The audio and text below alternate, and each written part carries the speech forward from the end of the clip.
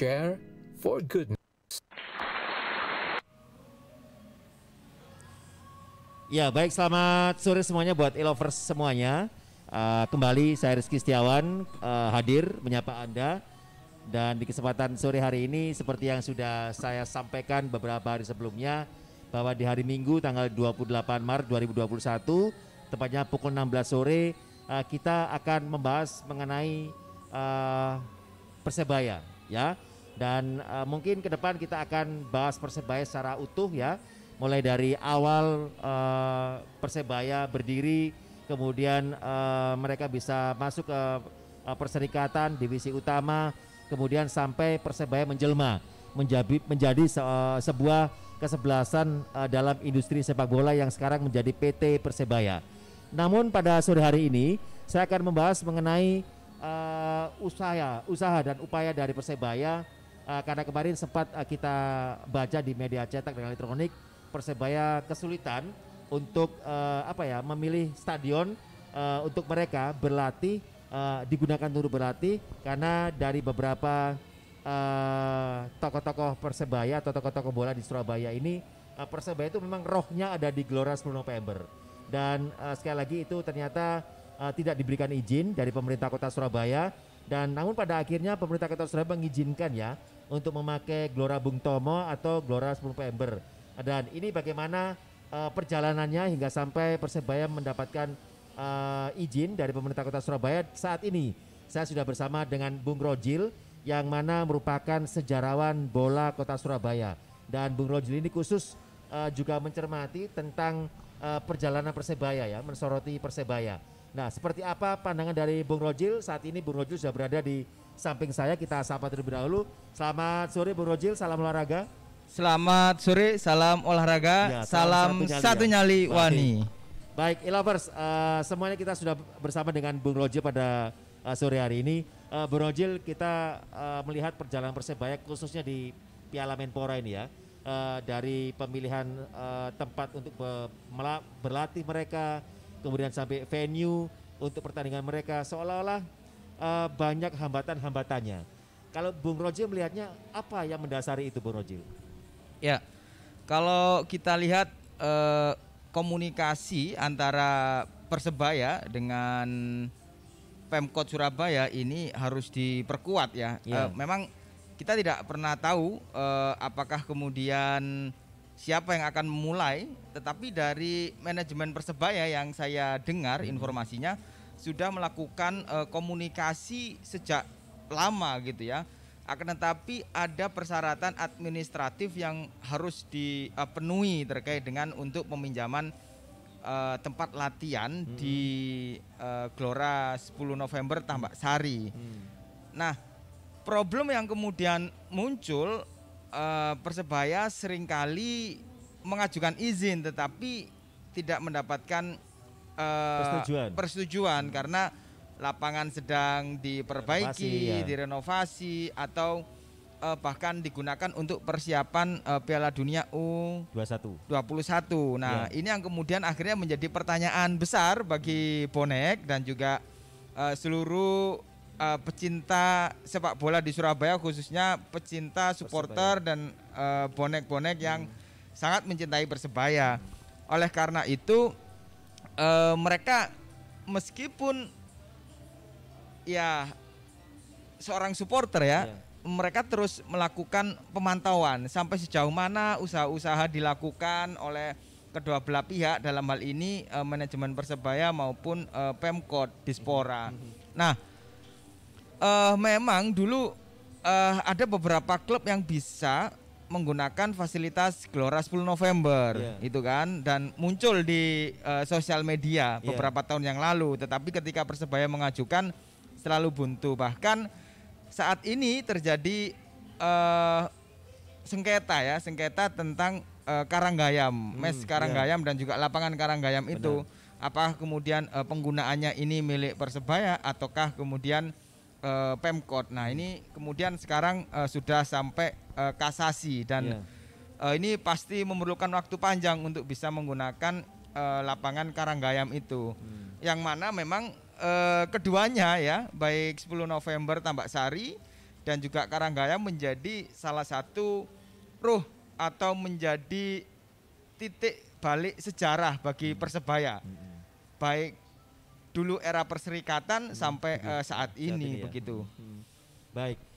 Ini kalau kita melihat tadi disampaikan oleh Bung Rojil bahwa ada beberapa kesebelasan ya yang kemudian tampil di daftar yang bisa mempergunakan Gelora 10 November. Tapi kenyataannya ketika Persebaya mengajukan izin ternyata tidak serta-merta diberikan izinnya. Apa yang melatar belakangi itu, Bung Rojil? Mungkin Bung Rojil menerima informasi mungkin karena Pemkot khawatir kalau stadionnya sudah dibangun, sudah direnovasi ini mengalami kerusakan lagi dan sebagainya. Apakah memang seperti itu atau bagaimana, Bung Rojil? Ya, kalau beberapa tahun yang lalu ada informasi bahwasanya Gelora Tambak Sari 10 November itu sudah bagian dari bangunan cagar budaya, yang mana kemudian harus dilindungi tribun-tribunnya, begitu. Nah, lapangannya masih tetap bisa dipakai, akan tetapi izin itu tidak pernah dikeluarkan untuk Persebaya. Kalau informasi dari pihak Pemkot ya secara administrasi disampaikan bahwasanya masih dipakai renovasi dan kemudian persiapan. Itu. Tetapi menurut saya ini masalah komunikasi yang kemudian antar elit yang harus bisa bertemu ya. Dalam hal ini kalau kita lihat Persebaya itu menjadi ikon Surabaya, benar. Dan sudah lekat dengan Karanggayam dan juga Tambak Sari. Dan siapa tahu begitu ya, ketika Persebaya melakukan latihan di sana atau anak-anak usia dini itu melakukan kompetisi internal untuk mencari bakat-bakat bagi Persebaya di Mes Karanggayam, itu mereka memiliki semangat yang berbeda begitu ya, karena tempat latihan atau home ground itu menjadi hal yang penting bagi sebuah klub untuk kemudian bisa menguatkan mental dan juga menguatkan komunikasi dan strategi, di mana tempat bersejarah ini menjadi semacam kayak orang kalau berada di tempat sejarah dan tempat penting itu memiliki spirit yang berbeda, dan itu yang ingin diinginkan oleh teman-teman bonek dan juga Persebaya bisa menggunakan Tambak Sari dan juga Mes Karanggayam dan lapangan Karanggayam. Nah, ini juga perlu didukung oleh itikat baik semuanya, baik Pemkot, manajemen Persebaya dan supporter itu sendiri. Apabila nanti sudah diberikan izin, ini kan kemudian ada kesepakatan antara Pemkot melalui Dispora dan kemudian dengan Persebaya dan bonek gitu ya, bahwasanya Tambak Sari bisa digunakan untuk latihan dan Gelora Bung Tomo bisa menjadi tempat mereka menjadi tuan rumah dalam perhelatan kompetisi ke depan apabila kompetisi akan diputar. Nah, dulu juga pernah mengalami problem ya, saat Persebaya tidak bisa menyewa Gelora Bung Tomo dengan alasan direnovasi. Nah, apabila jadwal untuk renovasi disesuaikan dengan mungkin ketika Persebaya tidak melakukan pertandingan home, itu kan sangat mungkin sekali untuk mencocokkan jadwal mereka sehingga itu bisa berjalan dengan baik. Termasuk juga apakah sewa naik itu rasional tidak ketika dibandingkan dengan kapasitas stadion dan juga stadion-stadion di luar Surabaya seperti itu. Baik, kalau tadi disampaikan bahwa Gelora 10 November ini kan menjadi cagar budaya juga ya, karena bangunan-bangunan tua seperti itu. Dan para talent-talent muda yang nantinya bisa bermain di Gelora 10 November ini kan memang auranya berbeda ya. Kalau kita bicara Gelora 10 November itu pasti identik dengan Persebaya. Sama kalau kita bicara dengan Giuseppe Meazza, ya kan, itu selalu identik dengan Inter Milan maupun Milan kan, begitu kan. Nah, ini tentunya apa ya? Kalau kita lihat perjalanannya dan lihat sampai detik ini, para bonek mania ini masih mengharapkan Persebaya memiliki home base di Karanggayam dan di Tambak Sari. Nah, kalau saat ini apakah Persebaya tidak memiliki home base, Bung Rojil? Kalau kita lihat ya, untuk pertandingan home Persebaya kan sudah menempati GBT. Ya. Kemudian kalau tempat mereka latihan dan menggelar kompetisi internal itu tidak lagi di Karanggayam. Kadang juga di Sidoarjo. Persebaya juga latihan kadang di lapangan Polda. Kemudian di beberapa lapangan yang lain, tidak di juga tidak di Karanggayam dan tidak di Tambak Sari. Nah, ini yang kemudian membuat banyak orang bertanya begitu, dan juga bonek menginginkan bisa kembali. Nah, kalau memang Tambak Sari itu merupakan cagar budaya, ayo kita semuanya berkomitmen untuk menjaganya. Ketika Persebaya nanti diberikan kesempatan untuk mereka berlatih di Gelora Tambak Sari, Surabaya.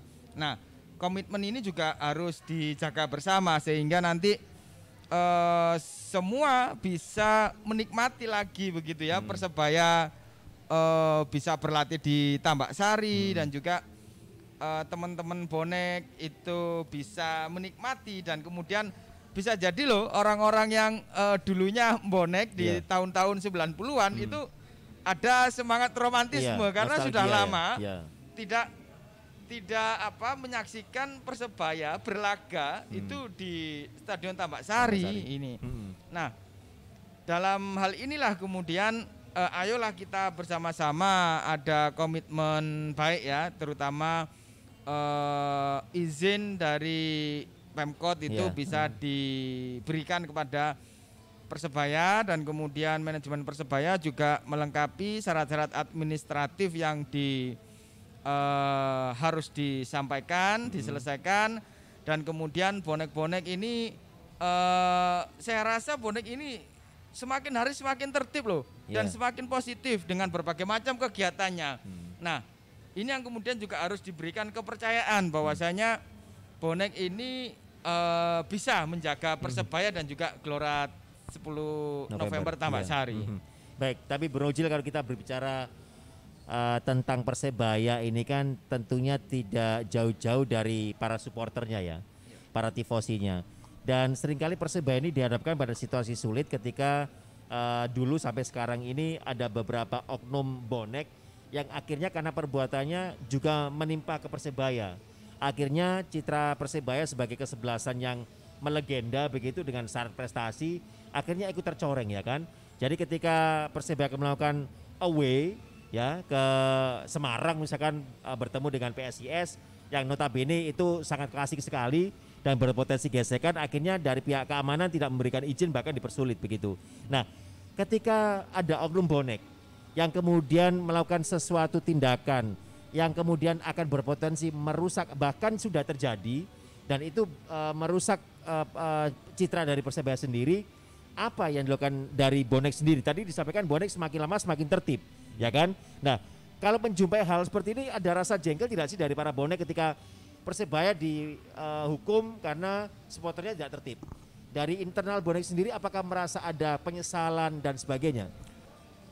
Kalau saya amati pasti ada kekecewaan ya ketika Persebaya dihukum begitu ya. Beberapa kali ya di Liga 2 dan Liga 1 sebelum era pandemi ada hukuman-hukuman yang didapatkan Persebaya dan sudah ada edukasi-edukasi yang dilakukan oleh kelompok-kelompok tribun ya, tribun-tribun seperti Utara, Kidul, kemudian G21, kemudian ada Timur. Nah, ini yang kemudian upaya itu terus dilakukan dan tidak bisa dan tidak boleh berhenti. Nah, memang supporter itu memiliki potensi negatif karena kumpulan massa ya.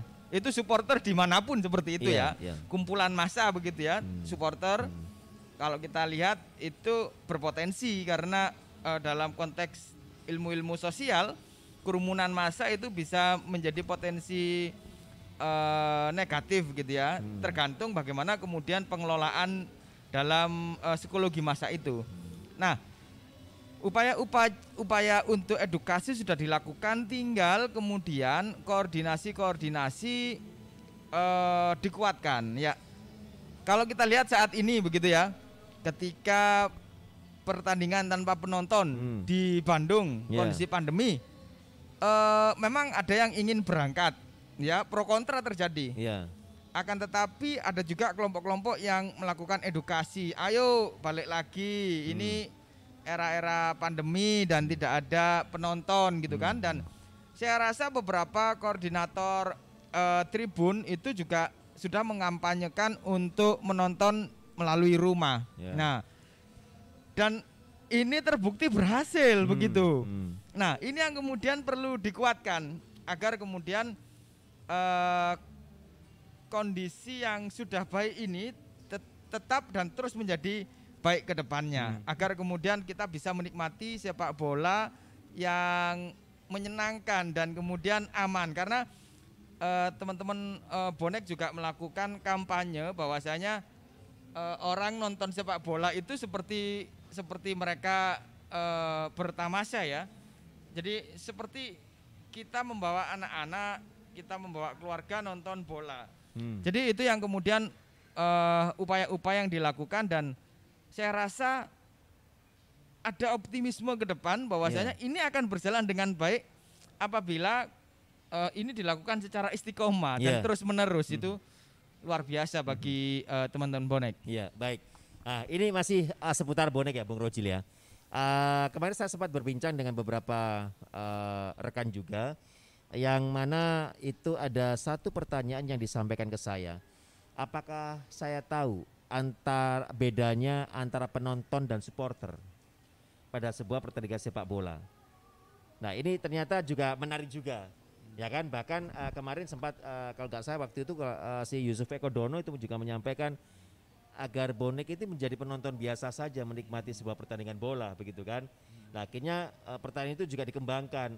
Apa bedanya penonton dan supporter, ya kan? Nah, ini mungkin Bu Roji bisa menjelaskan bagi masyarakat awam yang hanya melihat bola untuk menikmati pertandingan bola, mungkin tidak ada bedanya antara supporter dan juga penonton. Mungkin Bu Roji bisa menjelaskan.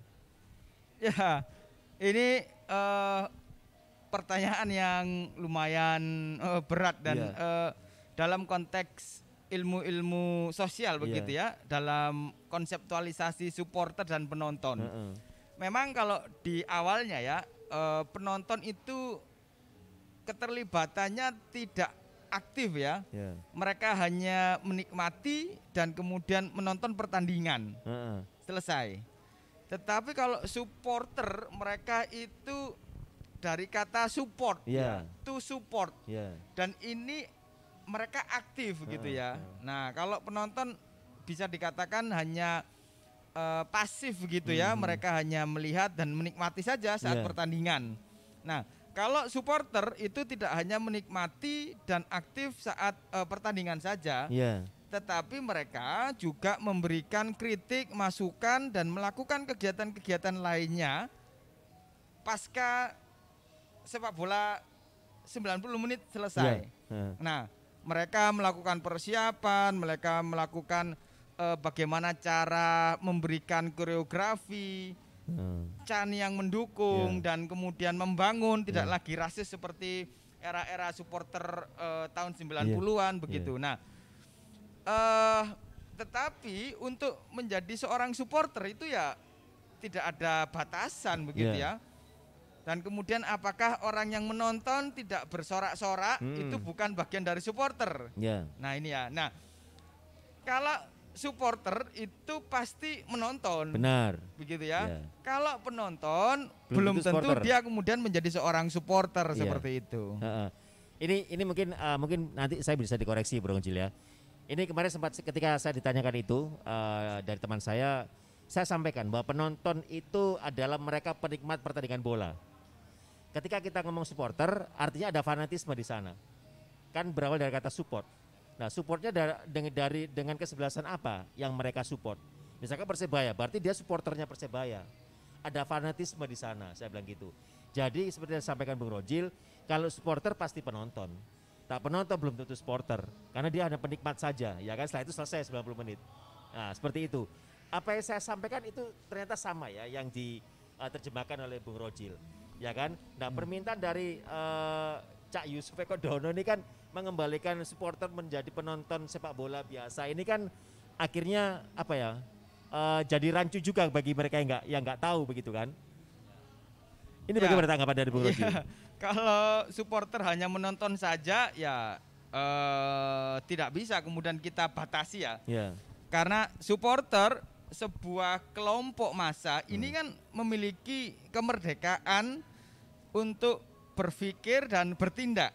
Akan tetapi berpikir dan bertindaknya ini harus yang positif toh, Wan, gitu ya. Nah, ketika bonek itu melakukan sebuah kegiatan-kegiatan di luar pertandingan sepak bola itu ya kita tidak bisa membatasi, dan supporter itu juga tidak bisa disuruh diam hanya menonton. Tetapi mereka memiliki semacam kebebasan untuk menyampaikan pendapat. Ini kan karena supporter itu kan ketika klubnya terjatuh begitu ya. Mereka kemudian terlibat aktif. Jangan sampai itu ya. Klub kebanggaan saya itu jatuh gitu kan ya. Dan kemudian mereka melakukan kritik, mereka melakukan evaluasi dan mereka mensupport gitu ya. Kalau saya lihat bonek-bonek itu selain Maido, itu juga kalau permainannya bagus juga dipuji begitu ya. Dan ketika Persebaya ini dulu di cloning begitu ya, ada dualisme. Itu mereka bayangkan loh, mereka itu bisa kesana kemari begitu tanpa kemudian dibiayai. Dan kemudian militansinya itu bahkan mereka berani mengeluarkan uang atau modal untuk melakukan sebuah dukungan dan pembelaan itu. Nah, ini yang kemudian harus dipahami oleh semua kalangan terkait dengan psikologi atau historis dari supporter, terutama bonek begitu ya. Dan memang bonek ini unik begitu ya. Unik itu dalam artian ya ada positif dan ada negatifnya. Kita tahu bahwasanya dulu bonek ditakuti lah dengan perilaku yang agak anarkis begitu ya. Anarkis dan negatif itu.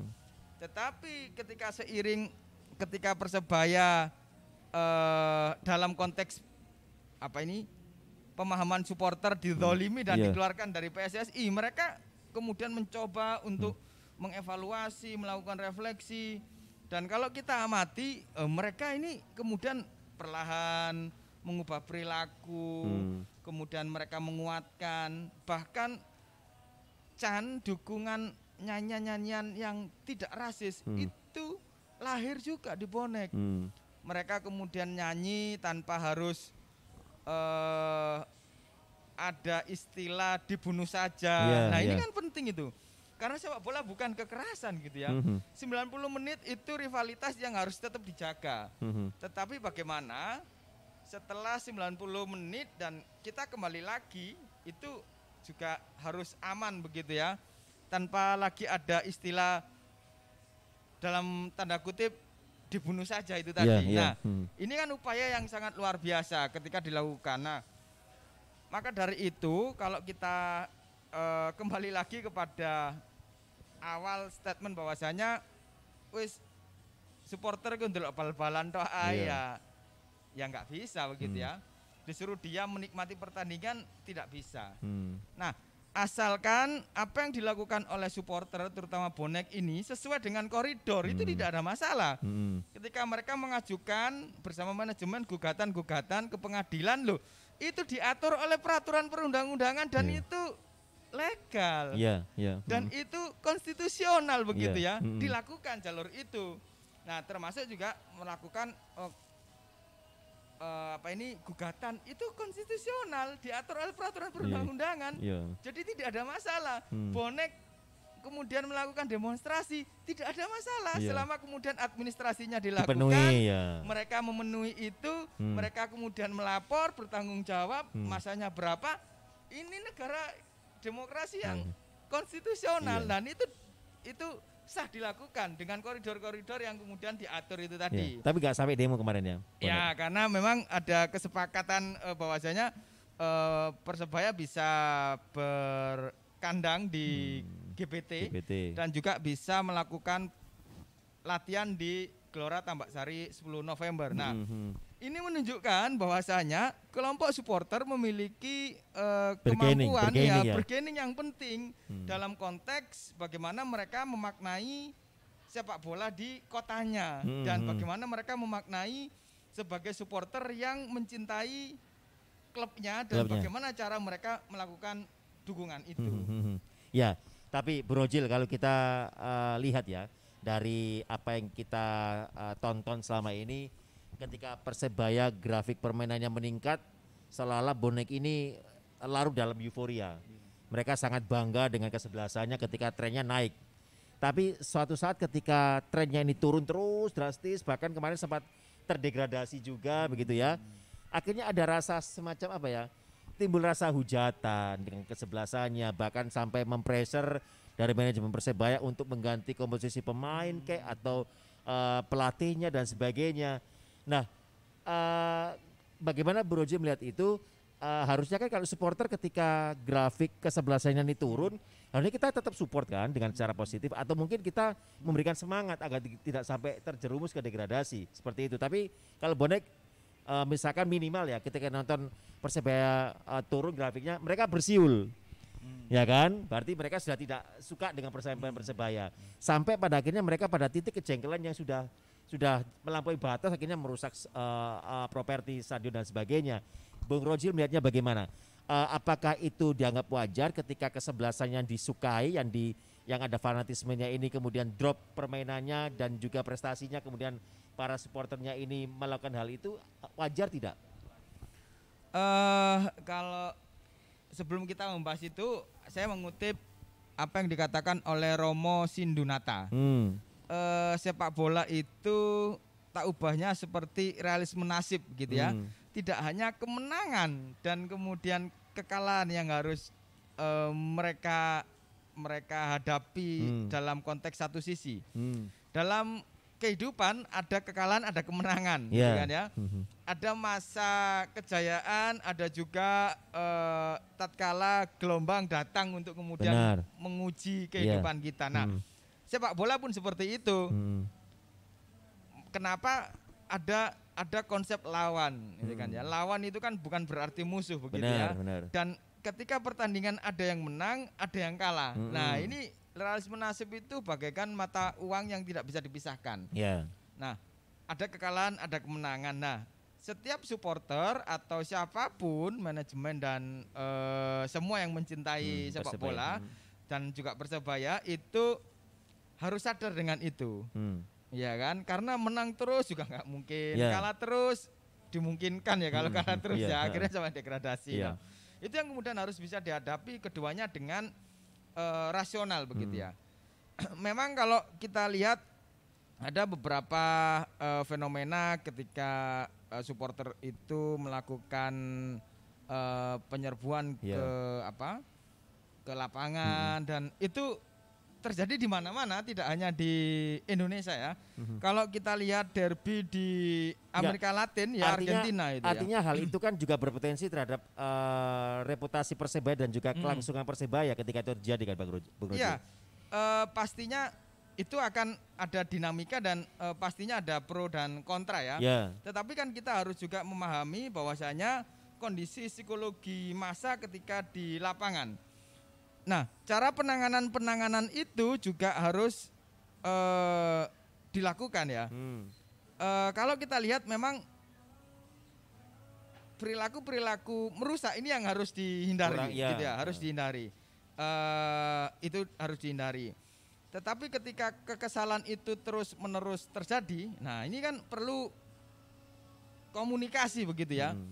Perlu tidak komunikasi, harus merusak, kan, iya. Perlu komunikasi artinya antara supporter dengan pemain dan juga dengan manajemen, gitu kan ya.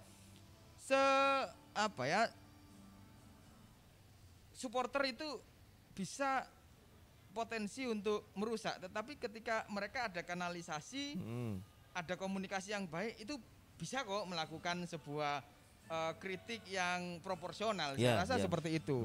Tinggal mekanismenya saja yang kemudian harus bisa dipahami oleh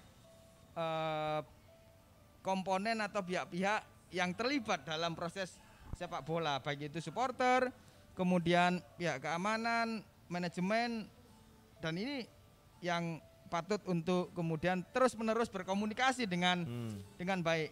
Jadi ibaratnya aku ngopi bareng gitu loh ya, ngopi bareng begitu ya. Kalau ngopi bareng itu semuanya itu enak kok. Nah,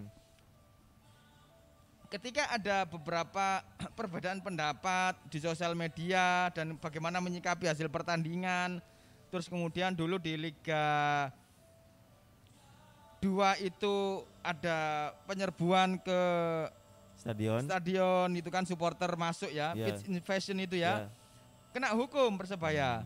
Tetapi itu selesai kok. Mereka elemen-elemen kelompok-kelompok supporter kemudian bertemu dan mereka bisa komunikasi kembali begitu. Nah, artinya inilah pasang surutnya ini yang kemudian harus kita kawal bersama. Kalau menurut pandangan saya ya, untuk bisa kemudian agar terus terjaga dan semakin banyak kita berkomunikasi dan dari berbagai macam pihak, itu situasi akan semakin cair.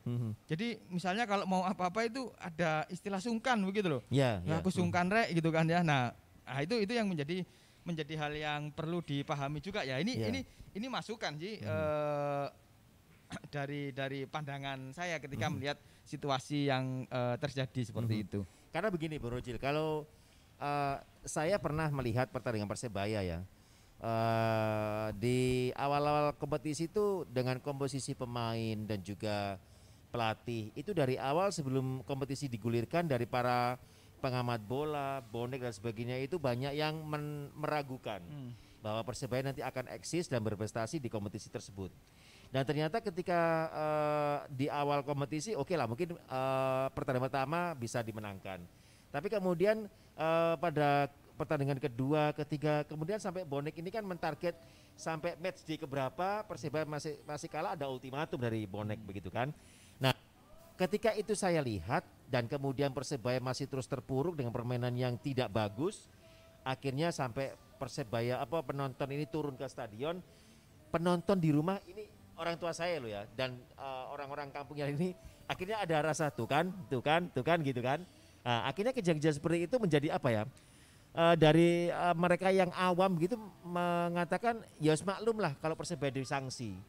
Nah, karena oknum kayak gitu nggak bisa menerima kalau kesebelasan memang main tampil jelek dan sebagainya. Nah, statement-statement itu loh maksud saya Bung Rojil. Jadi sebelum mereka turun ini kan tadi Bung Rojil menjelaskan ketika sudah turun ke stadion kemudian ada pembicaraan, ada kanalisasi dan sebagainya dan selesai begitu kan. Nah, maunya dari mereka yang nonton ini jangan sampai turun itu sudah bisa diterima bahwa kesebelasan mainnya jelek gitu. Maksudnya ada pendewasaan dulu Bung Rojil. Ya, ini yang berbeda antara situasi psikologi ketika berada di rumah gitu ya, nonton dengan di stadion ya.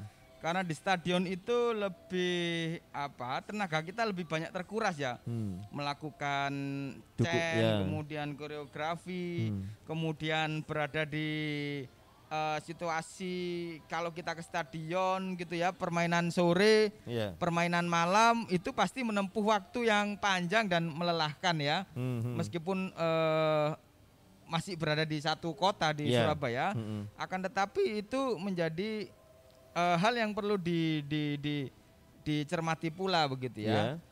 Memang pitch invasion ini ada hukuman kan gitu ya, dan Persebaya dihukum begitu ya saat itu ya. Dan saya rasa supporter juga memahami itu adalah bentuk kekecewaan dari mereka begitu ya. Ketika permainan itu tidak baik, kemudian permainan itu kemudian melelahkan. Nah, tetapi pasca peristiwa pitch invasion itu ya, mereka melakukan refleksi. Kemudian kalau itu dianggap sebagai hal yang merugikan, pada pertandingan-pertandingan selanjutnya itu ada kok. Jadi menit keberapa mereka itu tidak kemudian menonton. Mereka ke stadion menit ke berapa begitu ya. awal-awal babak kemudian mereka meninggalkan stadion. Nah, itu lebih cantik begitu ya. Nah, kalau kita lihat dulu di Liga 2 kemudian ada pit invasion, kemudian di Liga 1 ada aksi untuk pulang terlebih dahulu dan itu wajar dilakukan di berbagai macam negara gitu menit 80 itu permainan jelek gitu. Mereka pulang gitu kan lebih cepat begitu ya.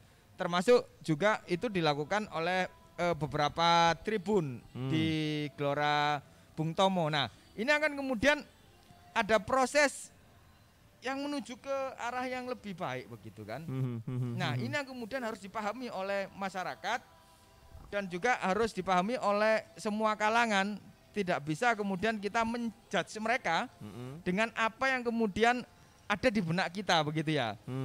Alangkah lebih baiknya sebelum kita memberikan judgement itu tadi, kita mencoba untuk masuk kemudian ke alam mereka, mencoba untuk masuk ke alam mereka, kemudian kita melihat situasi dan kemudian baru melakukan sebuah judgement itu.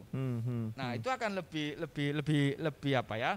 Kalau dalam konteks lebih fair ya, orang itu melakukan pengamatan, kemudian ikut merasakan, baru menjudgement. Tanpa ikut merasakan, tanpa ikut memahami kondisi mereka, ya itu akan menjadi sepihak begitu ya. Meskipun bisa jadi ya, yang menjudge ini benar ya, tetapi kurang fair saja kalau kemudian kita tidak pernah turun dan kita tidak pernah melihat mereka. Nah, ini yang kemudian menjadi penting dalam konteks psikologi massa. Ini juga menjadi bagian dari proses penanganan supporter juga begitu ya. Saya rasa ketika supporter itu menjadi supporter yang dalam konteks beberapa pendapat supporter itu lebih bermartabat lagi dalam mendukung kesebelasan. Mereka mau kok. Mereka memiliki itikat baik untuk ke sana dan mereka juga melakukan kegiatan-kegiatan dan proses yang terus mereka lakukan. Nah, tinggal sinerginya saja begitu ya antar elemen yang kemudian terlibat dalam sebuah perhelatan sepak bola dan juga pertandingan itu membangun jejaring yang timbal balik dan itu menjadi kekuatan bagi semuanya untuk menjadi lebih baik dan lebih baik lagi. Ini ada komentar di WhatsApp ya, Bung Rojil ya dari Pak Teguh. Ini di Surabaya Barat menanyakan, saya pecinta Persebaya dan saya jujur saja sedih ketika Persebaya mendapatkan sanksi itu dikarenakan ulah supporter. Nah, mungkin ke depan para supporter semuanya mungkin bisa lebih tertib lagi agar Persebaya ini bisa bebas dari sanksi apapun di masa yang akan datang. Dan ada juga ini, ada Pak Kade ini juga menyampaikan, saya juga pecinta Persebaya, Bung Rojil. Tapi sebenarnya ditakuti Persebaya ini kesebelasannya atau supporternya. Nah, ini yang mungkin bisa ditanggapi Bu Rojil, silakan. Ya. Memang ya, selain juga pengamat ya, saya juga pecinta Persebaya ya. Dan saya juga bagian dari bonek itu sendiri begitu ya, identifikasi saya. Artinya pendapat saya pasti tidak bisa saya lepaskan dari apa yang kemudian saya rasakan ya dalam konteks subjektivitas ataupun dalam konteks sosial ini in group saya begitu ya, dengan Persebaya dan juga dengan supporternya itu. Nah, kalau kemudian kita dihadapkan dalam kondisi seperti itu, yang ditakuti adalah supporternya ataukah kesebelasannya, begitu kan? Dalam konteks pertandingan itu memang ada psikologi massa, ada juga kekuatan mental begitu ya. Ketika dilihat oleh bonek begitu ya, orang ini kan kemudian auranya akan berbeda begitu ya. Bisa jadi loh ya, pemainnya sendiri yang kemudian nervous atau pemain lawan yang nervous. Nah, ini kalau kita lihat ini ditakuti gitu ya, klubnya atau supporternya gitu kan. Saya rasa kalau bisa dua-duanya ya, dalam konteks yang positif ya. Kalau kita lihat supporter Borussia Dortmund itu kan luar biasa koreografinya kan. Ketika pertandingan dimulai itu wah bikin orang itu gemeter dan merinding begitu ya melihat supporter begitu luar biasa menyanyikan. Nah ini bonek itu memiliki potensi untuk itu. Mereka melakukan dukungan, can-can gitu ya. Dan itu yang membangun dan bisa meneror mental lawan begitu ya. Gitu. Kalau kita lihat Raheem Sterling ketika di Anfield bermain begitu disiwilin gitu ya. Itu hal yang biasa gitu ya. Asalkan kemudian pemain itu tidak dilempar gitu aja atau tidak dirasisi itu nggak masalah gitu ya. Kalau sudah rasis dan dilempar gitu ya. Itu beda lagi ya. Nah, itu beda lagi ada wilayah yang kemudian tidak boleh mereka sentuh gitu oleh supporter dan itu dilindungi. Nah, ketika mereka can-can untuk tidak rasis dan kemudian tidak mengganggu secara fisik itu tidak ada masalah kan gitu ya. Ketika supporter itu ditakuti dan kalau kemudian supporter ini begitu luar biasa itu bisa meneror kedua belah pihak loh. Bisa juga timnya sendiri maupun tim lawan. Nah, tinggal bagaimana kemudian tim sendiri ya dalam konteks Persebaya ini ketika didukung itu ya ayo kita ini pemain ini juga habis-habisan begitu ya. Tapi rasanya kalau dari internal Persebaya mereka lebih terbiasa ya dengan pendukungan yang besar dari bonek, kemudian mereka harus away ke kota lain, ternyata kuotanya dibatasi. Akhirnya semangat mereka jadi ikut berkurang karena dukungan tidak penuh dari bonek ini. Apakah itu juga benar? Ada benarnya begitu ya. Karena supporter itu pemain ke-12. Tetapi komposisi pemain dan tim ini juga penting begitu ya. Kalau memang timnya itu tidak dibentuk oleh pemain-pemain yang memiliki kapasitas dan juga skill yang mumpuni gitu ya. Ya orang klub lawan juga tidak takut kan begitu ya. Tetapi ketika ada orang yang disegani, ada orang yang memiliki skill yang luar biasa di tim itu, dan itu akan menjadi sebuah kekuatan ya. Bayangkan seperti ini, tim-tim Eropa, terutama yang dari liga-liga bukan dominan di Eropa, itu ketemu dengan Real Madrid, ketemu dengan Liverpool, ketemu dengan Barcelona, Juventus itu kan, ya saya bukan siapa-siapa, tetapi yang saya hadapi Ronaldo, kemudian Muhammad Salah, lah itu penting juga membangun tim untuk kemudian orang itu sebelum bertanding itu sudah down. Udah ciper ya? Iya gitu kan. Supporter juga seperti Tapi itu. Tapi bisa jadi spirit mereka bakalan naik loh Bung Roji ketika mereka harus berhadapan dengan tim elit, tim mapan. Kemudian lawan dari tim mapan ini dari divisi Segunda Division misalkan ya kan. Itu kadang mereka lebih terlecut kemudian mainnya lebih gila-gilaan lagi kan Bung Roji. Dalam konteks tertentu ya benar. Ketika mereka itu bertemu dengan tim-tim yang kuat mereka akan menunjukkan semangat spirit militan kan, militansi kan, gitu, militansi dan sulit dikalahkan. Tetapi kalau kita lihat kalkulasi dari angka-angkanya, ya tetap saja tim-tim besar itu yang kemudian mendominasi, banyak memenangkan ya. Meskipun nanti hasilnya itu cuma menang tipis, tetapi mereka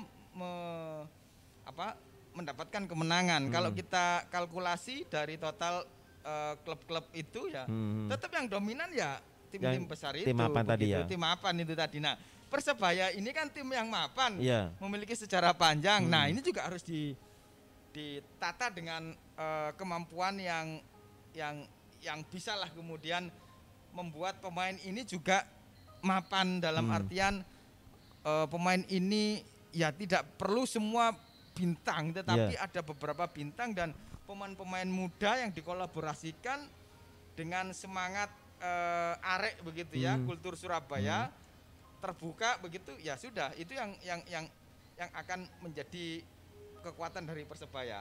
Kalau kita lihat banyak talenta-talenta dari Surabaya lulusan Karanggayam itu yang menjadi pemain-pemain top loh. Contohnya tahun 60-an saya melihat dan membaca, mohon maaf bukan melihat ya, tahun 60-an saya membaca berita begitu ya tentang bagaimana komposisi Persebaya. Ya, tahun 60-an itu yang muda dengan yang tua. Bahkan kalau kita lihat ke jauh lagi 10 tahun sebelumnya, tahun 50 itu Persebaya pernah back to back 50 dimulai kompetisi. Kemudian 2 tahun setelah itu Persebaya bisa back to back gitu ya. Dengan mengkolaborasikan pemain muda dan pemain tua begitu. Nah, ini yang kemudian harus dipahami dalam konteks historis ya. Mulai dari Puasian Leong atau Tesan Leong, Januar Pribadi, kemudian di era-era tahun 70-an, Rusdi Bahalwan, 80-an begitu ya. Kemudian ada Putu Yasa dan kawan-kawan gitu ya. Kemudian tahun 90-an begitu. Ada Samsul Arifin. Iya begitu ya. Ini terus tahun 2000 dan bahkan sampai sekarang banyak pemain-pemain binaan Persebaya dari Karanggayam, dari kompetisi internal yang ke pentas nasional. Nah, ini yang kemudian harus dijaga dan dipahami bersama. Jadi ketika ada keinginan bonek, ayo dikuatkan lagi begitu di konteks internal. Iya, ini terus-menerus diperjuangkan. Kita perlu, ya dalam hal ini bonek ya, bonek perlu, Persebaya juga perlu sedikit sabar dalam konteks menanti hasil ya, karena hasil ini tidak bisa masih proses. Iya kan? Proses itu tadi. Dan bahkan talenta-talenta itu saya rasa ya tahun ini dan 3-4 tahun ke depan itu akan mengambil hasilnya. Tapi sayang sekali ada pandemi yang kemudian terhambat selama 1 tahun. Nah semoga dalam 1 tahun vakum ini tidak mempengaruhi pemain-pemain muda dan juga pemain-pemain yang sudah paling tidak menjadi bagian dari Persebaya sehingga nanti proses itu tidak terputus dan bisa menjadi kolaborasi yang sangat bagus dan semoga sepak bola bisa diputar lagi dengan prokes ya dan kedepannya bisa membawa perbaikan begitu ya sehingga ketika pandemi selesai begitu semuanya siap Persebaya bisa leading lagi seperti tahun-tahun sebelumnya menjadi klub yang mapan dan disegani di Liga Indonesia. Baik. Ini sebagai closing statement ya, Bung Rojil. Mungkin bisa singkat saja. Tadi disampaikan Bung Rojil, ini nanti untuk pembahasan minggu depan bisa diangkat. Karena tadi disampaikan ada pemain senior di era 70-an sampai hingga saat ini, itu ternyata Persebaya melahirkan talenta-talenta yang sangat berbakat, bahkan muncul di pentas nasional, ya kan? Nah, tapi ada beberapa pemain yang sekarang mesti Andik Firmansyah dan Evan Dimas dan sebagainya. Itu ternyata pemain-pemain yang kalau boleh dibilang masyarakat bilangnya belum maksudnya belum topnya, belum pada puncaknya, mereka sudah keburu turun, ya kan?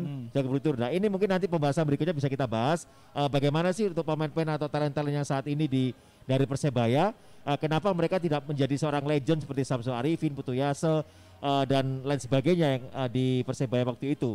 Nah, ini nanti kita bahas untuk minggu depan. Nah, namun Bu Rojil ada closing statement, harapan Bu Rojil kepada Persebaya ke depan ini akan seperti apa? Silakan. Ya, harapan saya sebagai pengamat dan juga sebagai bonek begitu ya. Ya kepingin Persebaya kembali lagi bisa memainkan permainan yang ngeyel. Permainan khas dari Persebaya, 1-2 sentuhan dan tanpa lelah begitu ya untuk kemudian menghadapi lawan-lawannya. Nah, itu saja sebenarnya ketika mereka bermain ngotot ngeyel kata anak-anak bonek gitu ya. Sing ngeyel, Jul. Ngosek begitu. Nah, itu menjadi hal yang paling utama. Terlepas nanti skornya itu kalah seri atau menang, itu hasil yang lain. Ketika Persebaya permainannya enggak ambiar begitu ya kata anak-anak dan kemudian mereka kalah gitu ya, masih bisa dimaklumi. Dan pertandingan kalah menang seri itu hal biasa, tetapi kalau kalah terus ini kan perlu ada evaluasi pastinya.